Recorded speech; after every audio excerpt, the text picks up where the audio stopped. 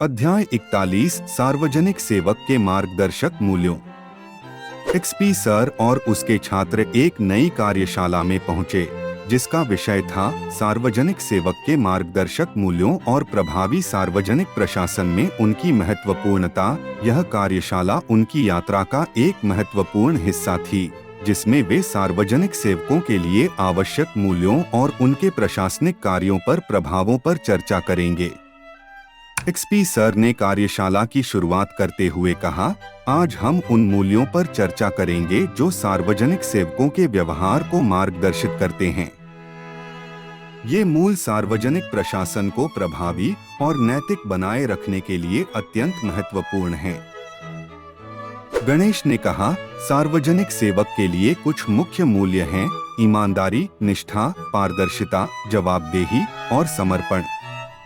ये मूल्य न केवल सार्वजनिक सेवकों के व्यक्तिगत और पेशेवर व्यवहार को दिशा प्रदान करते हैं, बल्कि वे प्रभावी और नैतिक सार्वजनिक प्रशासन को सुनिश्चित करने में भी महत्वपूर्ण भूमिका निभाते हैं।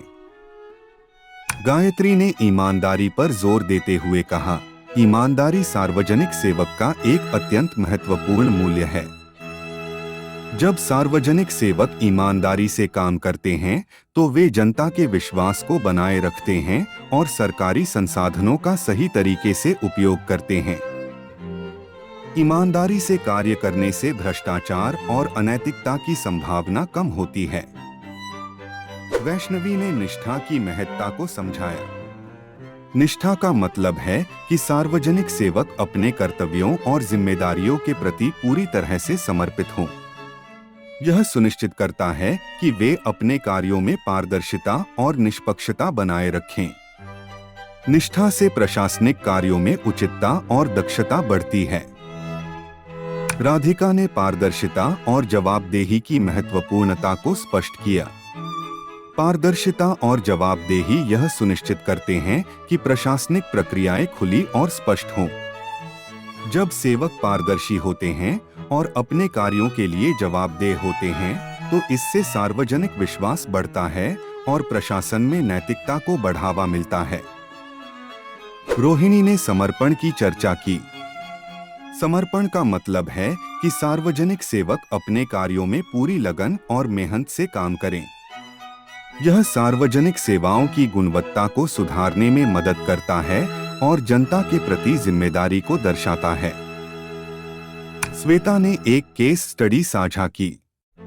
एक नगरपालिका अधिकारी ने अपने काम में ईमानदारी और पारदर्शिता को प्राथमिकता दी। उसने सभी निर्णयों को सार्वजनिक रूप से साझा किया और सभी नागरिकों की शिकायतों को गंभीरता से लिया। इस समर्पण ने नागरिकों का विश्वास बढ़ाया और सार्वजनिक सेवाओं की गुणवत्ता में सुधार किया।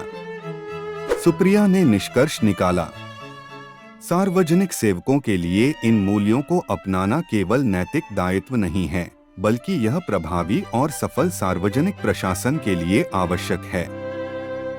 ये मूल्य प्रशासनिक प्रक्रियाओं में निष्पक्षता, पारदर्शिता और विश्वास को बनाए रखने में मदद करते हैं।